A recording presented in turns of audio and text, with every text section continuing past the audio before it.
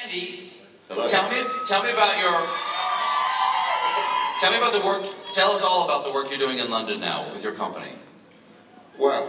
Well, look, I mean, it's been an extraordinary 15 years. When Peter asked me to come, when I met Peter and Fran in London back in 1999, I think it was, and the idea of playing this creature Gollum came up, and there wasn't like an exact method of how it was going to be done, but basically Peter wanted an actor to come on set and be there and play the character and not have Elijah and Sean have to imagine someone. It basically changed the course of my life with such magnitude. Of course, you know, not only was it about finding a way of bringing that character to the screen, but also creating a methodology of work, which again, you know, I then went on. I mean, actually, I have to say, the epiphany for me of kind of where I'm at today came immediately in the last weeks of doing Return of the King, because on my birthday, it was the 20th of April, and I think it was 2003, the last pickups for Return of the King, and it was my birthday, and Peter asked me on that day, it was literally right at the end of the pickups to play King Kong, and I suddenly realised I thought my life was going to go back to normality, to play normal characters in normal films in a normal traditional way, and then the idea it sort of hit me overnight. Hold on a minute, I've just played this 3.5-foot ring junkie, and now I'm going to play a 25-foot gorilla. Wow. This means typecasting is no more. You know? This means you can do anything. You can put on one pair of spandex suits and go and enjoy yourself on the carpet and play any manner of things. And that kind of fascination and enjoyment really has continued over the years. And most of which has been, again, involved with Peter and learning with Weta, who are the most fantastic, amazing bunch of people to work with. Incredible.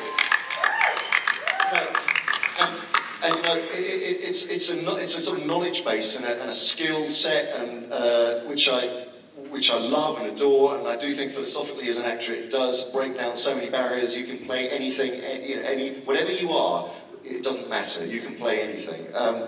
And Weta, they're incredible, and the work that they've continued to do in the facial pipeline, and you know, going back to play Gollum the second time and seeing how that all moved on and how the performances are really beautifully rendered now and very truthful to what happens on the set between the direction and so on. And it's been a fantastic, amazing, unbelievable journey, of which, of course, I never had any, I couldn't foresee coming at all. And it's ended up with being a position where very, very luckily now I'm trying to bring it to the Northern Hemisphere, because I realise it doesn't actually exist in the Northern Hemisphere, it's particularly in Europe. So we have a place called the Imaginarium, which is sort of, I see as a sort of, you know, Northern Hemisphere touch base for anyone who's happening to be doing OAE from New Zealand who wants to drop by and work there. So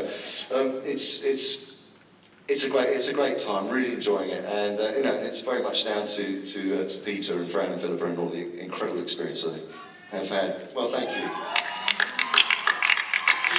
You touched on something that I think is really interesting. You said you thought you'd be going back to normal films after doing this, but I think certainly after the first 3 films, what it meant to make a normal film had changed, and the work that you did actually, sort of as the Lon Chaney of the digital world, is to change what could be done on screen, and for Peter and his team to change for one thing, what spectacle means in a movie. Certainly after the Battle of the Palaner Fields in the 3rd movie, I said immediately after the battle's over, nothing can ever be called spectacle again without first being compared to this event. And so, how do you see the change that's happened in film? Like every battle of two people clashing, like close shots of people clashing in a battle on screen these days, looks something like it's an echo of that Dagorlag battle at the beginning of the prologue for the first Fellowship of the Ring. Everything's got that rush and that clash feeling that just didn't exist before. Do you see your work being echoed?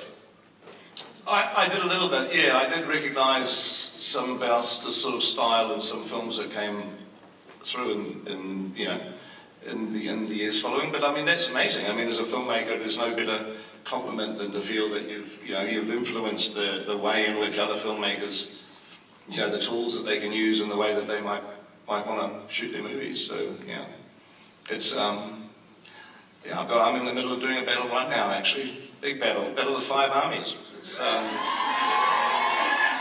Thank you. It's all right. That was really just for you, Stephen. I mean, these other people were here as well. That was really just private screening. Thank you for not giving away the part where the leader of the spy network saves the day. Kate, Galadriel is kissing on Gandalf in there. What's going on? It's an ancient love story. It was actually born the first time around. I was so sad because I adore Ian, as does everyone here. But I hardly got to do anything with him at all. Why? I mean, anything at all. Well, no, because in the first story it was Lansing. Oh, you mean in the first one? Of course, you don't mean the first, in that story. First time around, backwards. And so it was so special. And also having worked with Hugo so intensely on stage over the last 10 years, to sort of 10 years later to go back and then, all the core story, because of course Galadriel's just a footnote in the Hobbit really, to have such a beautiful, loving relationship of understanding.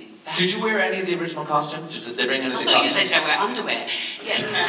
No, but Elves don't wear underwear. Didn't have. My boys were horrified because they weren't born the first time around to see the figurines and the elves didn't in fact wear underwear. So I didn't. But that wasn't what you were going to wear.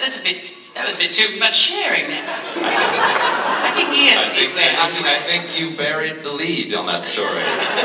No, did you wear any of the original costumes from the first 3 movies in the Hobbit movie? No, it was all, well, I think the crown was the same, but it was all kind of rebooted and revamped, but of a theme.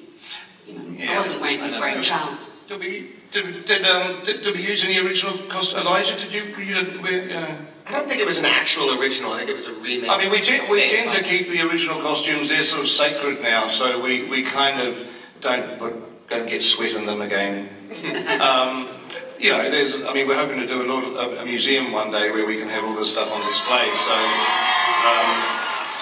So we didn't really want to trash the Lord of the Rings stuff for the Hobbit generally. So we tended to make new stuff. I did have my wig. My wig was the same. Yeah, my wig was the same. My wig was the same. Yeah, we had 2 wigs from Lord of the Rings, and But were your ears different? My ears. Well, your ears continued to grow. You had the same ears. Well, they had to re. Wait a second, your ears didn't fit anymore? No, he was growing his ears to try and get them to be half as beautiful as Tauriel's big pointy ears. We have an ear thing. Sorry, Tauriel was obsessed with big pointy ears. I was like, I think they should be a little subtler than that, honey. But she was like, no, I'm going all the way on this ear. I know how sexy a big pointy ear can be. They were a bit more aerodynamic. This time around? Yeah. I felt.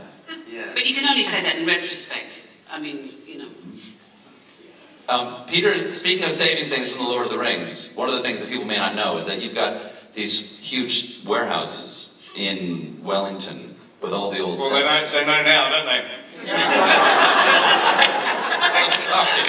Sorry, our secret warehouses, yes. That's right. Yeah, it was just one of the greatest experiences of my life was to walk through. The Misty Mountains. Yes, Misty Mountains, go to Minas Tirith, to stand in front, tower over Minas Tirith or Rivendell, or to actually take a quick look, to really take a look at what you had at the Grey Havens. Because in the movie, you don't get to see any of the mountains. No, the Grey Havens is a beautiful miniature. It's a beautiful miniature. And as you say, it was never really seen. So. Yeah, it's incredible. Beautiful, yeah. Well, we've got it all, we've kept it all, and so, we've kept it all for a reason. I want to try to let people see it one day, so more than just you. I mean, it was nice having you there, Stephen, but it'd be nice to have these folk there as well. So.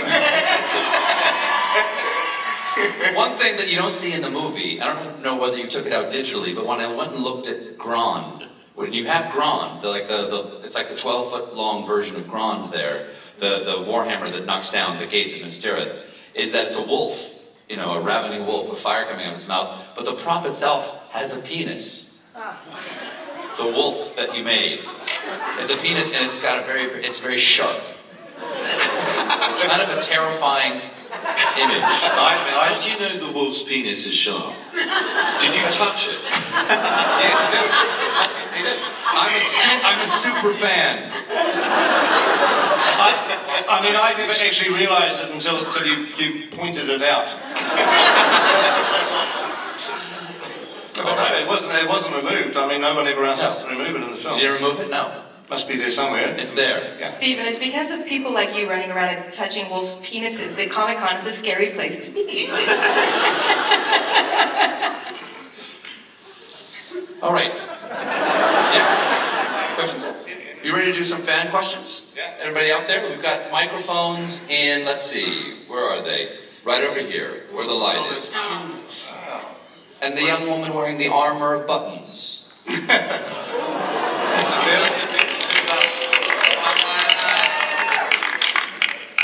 Yes. This is the Lord of the Rings cape and Hobbit cape. Everything on here is Lord of the Rings and Hobbit.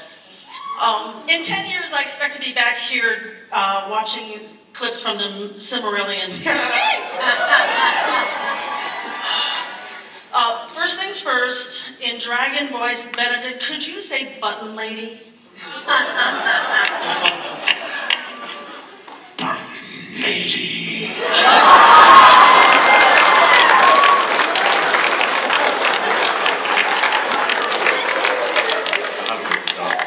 Thank you. My question, that was great.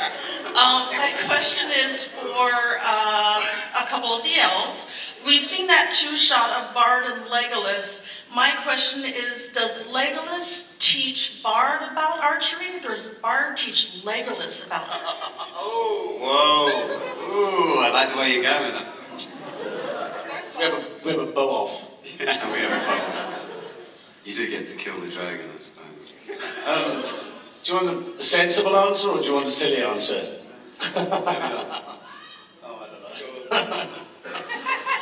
I don't know. Well, did you ever... Bob told me everything I know. I've seen your archery skills. The truth is, both of these guys are particularly good at archery in real life. And so they're both sort of quietly, I think, thinking, how do I tell them I'm really good? That this guy's okay, but I'm really good. Yes. He's got longer arrows and a bigger bow, but not quite as good a shot. Is that a metaphor? Sorry. Oh, my arrows are sharp. And very long. A bit like that wolf's penis. Yeah, Mike, your question. Firstly, to Mr. Jackson, to everyone involved in these, thank you very much for bringing these super epic movies out. My question, my children, Logan and Olivia, wanted me to ask this to Mr. Lee, but he's not here, but perhaps the cast could answer. Who do you think is more evil, Saruman or Mr. Wonka from the Willy Wonka movies? Willy Wonka is not evil. Willy Wonka is a master. No, Mr. Wonka, the gentleman who kept his son in that races and let him leave the house at age 10 and all those. You got it there, bro.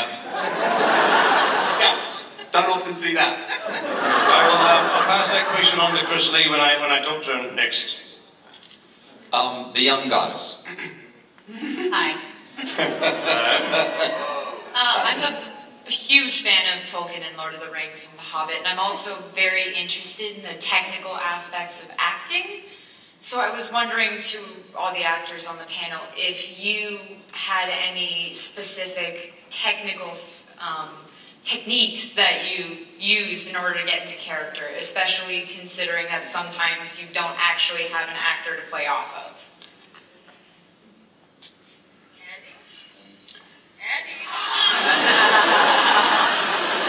I don't know why everybody's looking at me.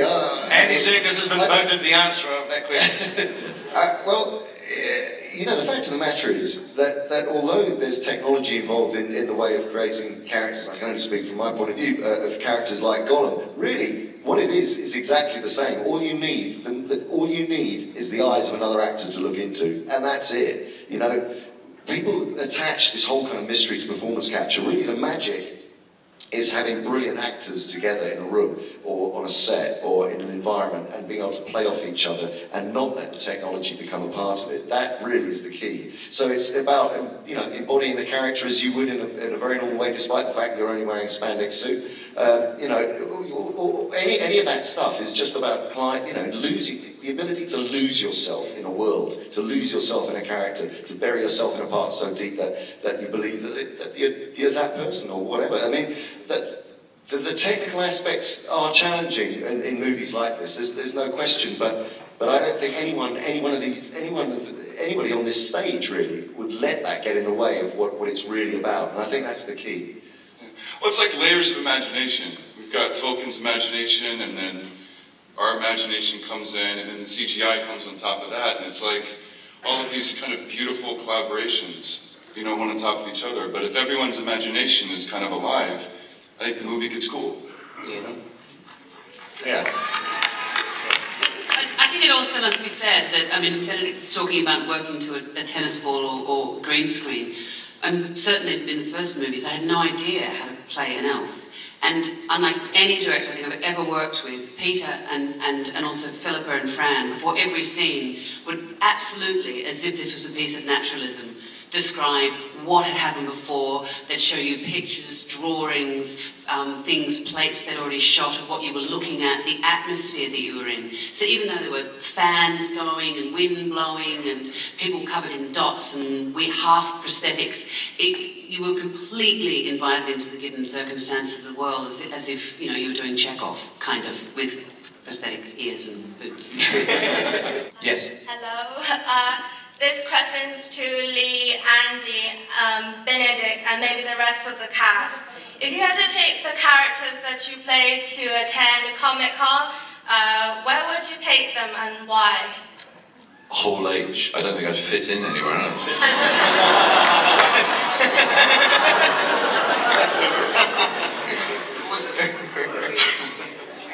Be a bit of a squeeze. I don't know, I'd ride my elk right up that aisle right there.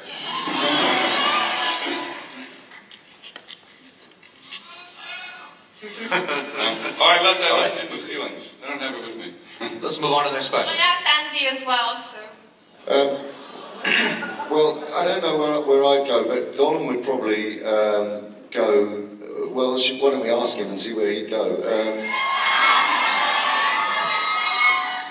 Well, my secret dream. Precious. Yes, what is it? I would quite like to go backstage with Stephen Colbert and see what he's got inside his costume, Precious. Yes!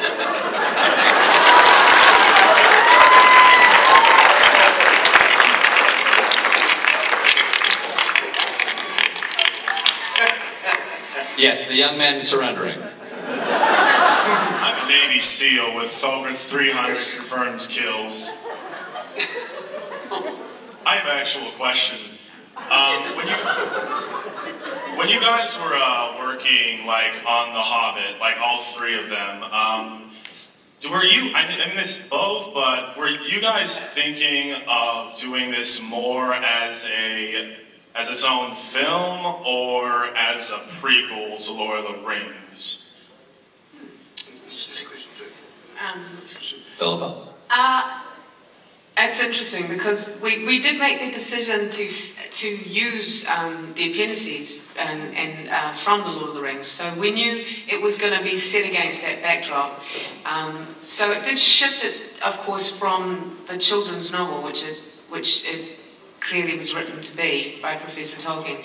But what's cool about that is we do get to go places that you know about in the novel, but happen, you know, Gandalf leaves the company, we get to follow him, we get to see what happens in Dol Guldur, and we get to see the White Council go up against Sauron. So that kind of stuff makes it really cool, really fun. Yeah, it's, you know, when Tolkien wrote The Hobbit in 1937, it was just written as a book that he wrote in, you know, in the absence of any other Middle-earth material at that stage. But of course the Hobbit movie is different because the Hobbit movie is coming out on it after the Lord of the Rings film. So we come at it from a different direction than Tolkien did. He sort of worked his way up and we're kind of working our way down the other direction really to sort of to blend them. But I mean, I've always wanted to just make them work as a 6-film set. That's what I mean, the goal going in at the beginning was to try to get the Hobbit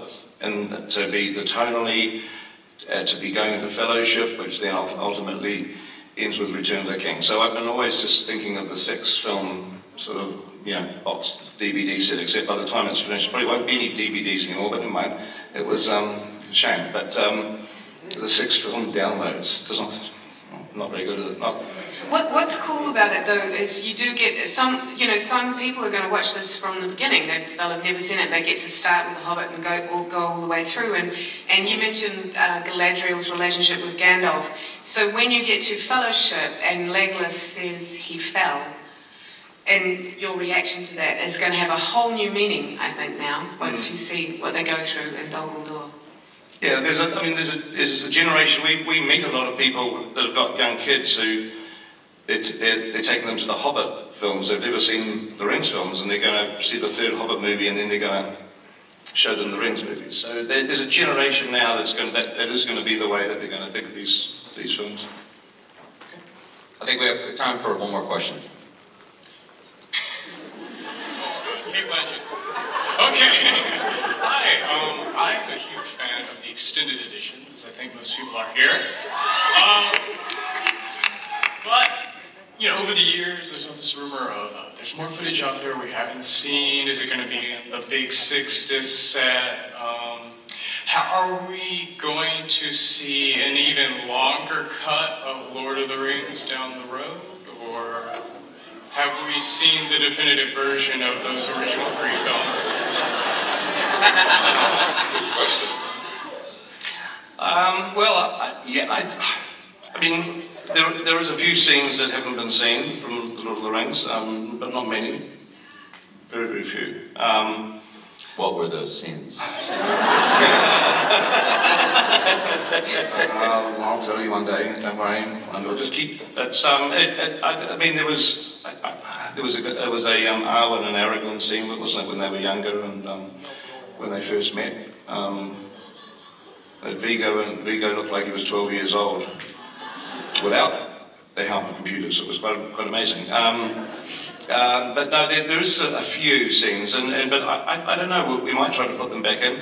I mean, it's not without its issues, because The Lord of the Rings was 7 million feet of 35mm film, which is sitting in a mountain in Arizona somewhere, I think, at the moment. Seriously, I think that's where Warner Brothers have some vault somewhere, a nuclear-proof vault somewhere where all the negative, like the 7 million feet of our film is sitting in, which we'd have to go and retrieve it. So it's a big logistical thing, which I don't think anyone's quite got their heads around. But if there's enough interest from people, maybe they will. All right, before we go, you have a contest to announce here, Peter. It's the Hobbit Fan Fellowship Contest. You're inviting Ultimate fans to sign up for a chance to win a trip to New Zealand and experience the cinematic Middle-earth. So what sort of things might these people be doing, these fans? How many, and what would they be doing? And is Stephen allowed to participate? Cast not allowed. Cast don't even try. There's going to be more information on the internet about how you get into this. We're going to be choosing people to come down in early November, and you're going to be the first people in the world to look at the Battle of the Five Armies with me sitting in a cinema in New Zealand. It may not even be finished. It may not quite be finished, but it'll be close to being finished. Well, I was supposed to say it'll be finished because the studio's here, right? But who knows? It'll be finished or very, very close to being finished. But no one, virtually hardly anyone ever outside of the people working on the post-production would have ever seen a single a single scene at that point. So you're going to see it exclusively, first time, and I'll be there, and we'll chat, and we might even get to show you some of these secret warehouses and things too. So we showed Stephen, and I think there's also trips to the South Island involved too. There's like a little tour of New Zealand, a tour to Hobbiton, and we're going to open this up and make it, we're going to pick 75 people. We just thought we'd end in style. So 75 people plus a partner. Each of the 75 can bring a partner. So that's more than 75 people. Yeah. Look for details on the Facebook page or at thehobbitfancontest.com. And we'd like to thank Air New Zealand, the official airline of Middle-earth, and Tourism New Zealand for their support to make this contest happen. And, Peter, do you want to announce this right now, right? Yeah, well, we've already selected our first 2 people to come down. We've had the Lake Town Spy Network has gone out and been talking to fans to find, you know, fans that we think would be appreciative of coming down.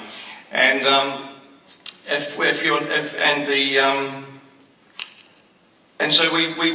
we've chosen 2. We'd love to choose more than 2, but you can all apply. You can all, well, it's not even applying, it's like you've got to do stuff, but you'll wait till the details come out on the net. But the 2 are Chris McMeans. Are you here? Chris McMeans from Austin, Texas? Yeah, Austin, Texas, yeah. Chris? Congratulations. And Morgan Bergener. Morgan Bergener of San Diego, are you here? Morgan. If you are, can you make your way to the microphone? Can you make your way to the question mic at the end of the presentation, and a Warner's representative will meet you. But seriously, that's only 2 out of 75, so there's still 73 places to go, and we will hopefully see some of you down in New Zealand in November for this secret scripting.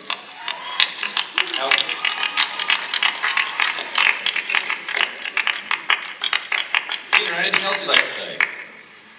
I'd just like to thank you, Stephen. Thank you very much for flying out and doing it. Thank you very much. Thank you for bringing my costume. Thank you. So thank you, everybody. Thank you to the cast and the creative team.